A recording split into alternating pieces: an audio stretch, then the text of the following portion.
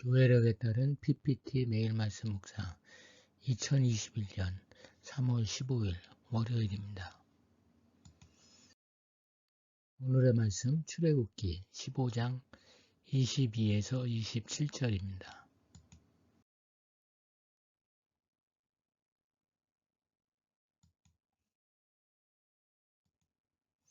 이스라엘 백성은 애굽의 고센 땅 라암셋을 빠져나온 후 숫곳, 에담, 바알스본을 지나 홍해를 건너고 수르 광야에 들어섭니다. 수르 광야는 주로 술 광야로 불려지며 때로 에담 광야로 표기되기도 하였습니다. 애굽의 동편 국경 지역의 광야를 가리킵니다. 이스라엘 백성은 여기서 물을 찾아 사흘길을 걸었습니다. 이들이 사흘길에 걸은 거리는 아마 70km 정도는 되었을 것입니다. 그러면 180리는 되었을 것이고 성인이 1시간에 10리를 간다면 18시간, 사흘 동안 하루에 최소 6시간 정도를 걸은 것입니다. 그러나 물을 발견할 수 없어 남쪽으로 내려갔습니다. 이는 하나님께서 그의 백성들로 하여금 시내산에서 당신을 섬기도록 미리 예정하여 인도하신 방향이기는 합니다. 그들이 도착한 곳은 마라였습니다. 이스라엘이 건넌 홍해의 남동쪽 약 75km, 수에즈만으로부터 동쪽 약 11km 지점에 위치한 곳으로 오늘날의 아인 하와라로 추정됩니다.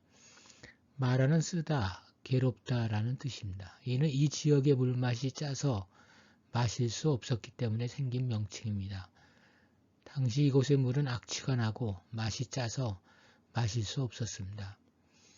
이스라엘 백성들은 이 지역의 특성 때문에 마시기에 필요한 물을 얻지 못하였으며 동물, 가죽 등에 담아왔던 물은 고갈 상태에 이르렀고 서서히 고통이 찾아들었습니다.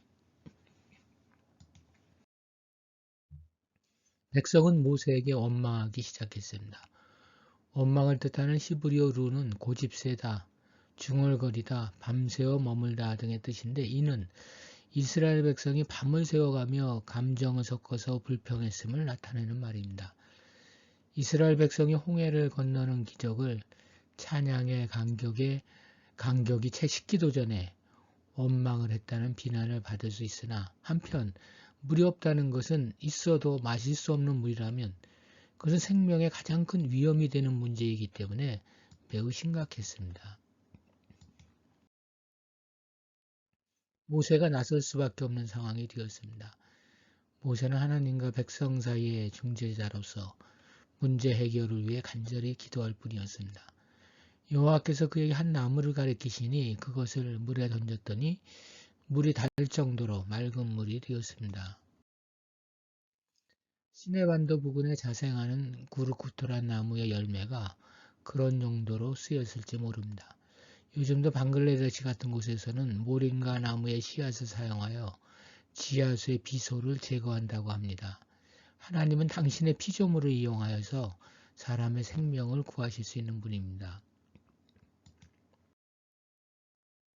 물의 문제, 즉 생명과 관련된 문제는 하나님의 문제이고 하나님께서 해결해 주셔야 합니다. 생명에 관한 문제에서 우리는 하나님께 의지해야 합니다. 이스라엘 백성은 그 과정에 불필요한 불평과 원망을 더했습니다. 우리 역시 천국을 향해 가는 순례자로서 죽을 것 같은 고통을 당할 수 있습니다. 우리 인생의 길, 우리 이생에서뿐만 아니라 죽은 후의 생명과 같은 중요한 문제에 있어서 우리는 우리의 운명을 하나님께 맡겨야 합니다. 마라의 물 사건은 이스라엘 백성이 출애굽 이후 어떻게 전적으로 하나님의 백성으로 살아가야 하느냐에 대해 질문을 던지는 시간이었습니다. 그것은 구원 이후의 삶에 대한 지침서의 필요이기도 했습니다. 이스라엘이 바로에게서 자유함을 입은 것은 하나님을 섬기기 위한 목적에서입니다.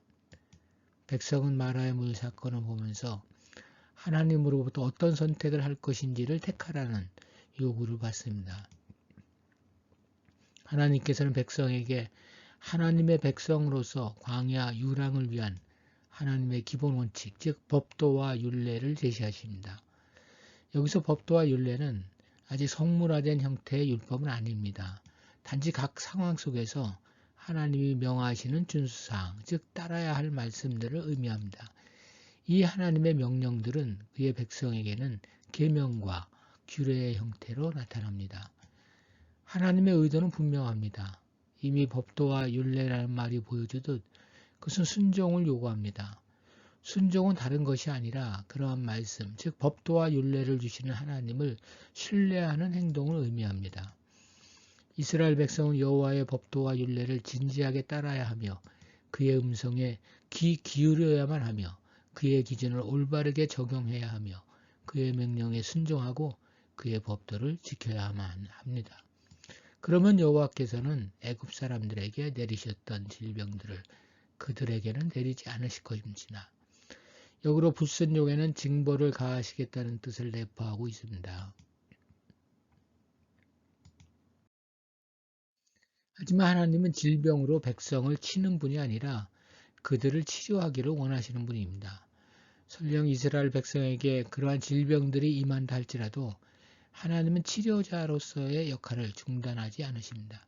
하나님은 심판의 먼 뒤편에서 몇 번이고 되풀이하여 치유의 권능을 갖고 고통으로 가득 찬 상황 속으로 들어오십니다. 세상을 향한 하나님의 뜻은 분명합니다. 하나님은 내 모든 죄악을 사하시며 내 모든 병을 고치시는 분이십니다. 하나님은 치유자로서 우리의 모든 질병과 심적 고통을 치료하기 원하시며 치료하실 수 있는 분이십니다. 여호와는 실로 모든 질병으로부터 우리를 자유케 하실 뿐만 아니라 죽음과 죄 등 인생의 모든 문제점까지도 깨끗이 해결해 주시는 진정한 우리의 치료자이십니다. 하나님의 백성은 이 점을 굳게 믿을 수 있습니다. 하나님께서는 백성들이 하나님의 법에 순종하는지 안 하는지를 언제나 감찰하고 계십니다. 하나님께서는 그의 법도와 율례로 이스라엘 백성을 시험하여 그들로 하여금 인내와 순종과 믿음 등을 배우게 하셨습니다. 이러한 적절한 시험의 연단으로 인하여 결국 그들은 하나님의 적합한 군대로서 가나안을 정복할 수 있는 자질을 구비하게 될 것입니다. 이스라엘 백성은 이제 마라에서 엘림으로 이동합니다. 엘림은 상수리나무 또는 참나무란 뜻으로 수에즈 동남쪽 약 100km, 마라 남쪽 10km 지점에 해당하는 지역으로서 오늘날의 와디 구른델인 듯합니다. 당시 엘림은 비가 자주 왔고 개울과 샘이 상당히 많았습니다. 그 물샘의 수는 이스라엘 12지파의 수와 같은 것으로서 각 지파에게 한 개의 물샘이 할당될 수 있었을 것입니다. 특히 완전수인 12와 70이 상징하듯이 이스라엘 백성에게는 완전한 휴식처와 안식처가 제공되었을 것입니다. 하나님은 이스라엘 백성의 생명과 관련된 물을 풍성하게 채우시는 분입니다. 신뢰하면 하나님께서 준비하십니다. 우리는 날마다 쓴물을 들이키며 살아갑니다. 특히 마시지 않을 수도 없는 그래서 더 쓴 물도 있습니다. 인생이란 어쩌면 이렇게 마시기 싫은 물을 마시며 사는 것일까? 어차피 마셔야 할 물이라면 옛적 이스라엘 백성이 마실 쓴물을 단물로 바꾸어 주신 하나님이 오늘 우리의 하나님도 되시니 우리가 마실 쓴물을 들고 그분 앞에 나아갑시다. 그분께서 주시는 시원한 단물 한 잔 기대해 보면 어떨까요?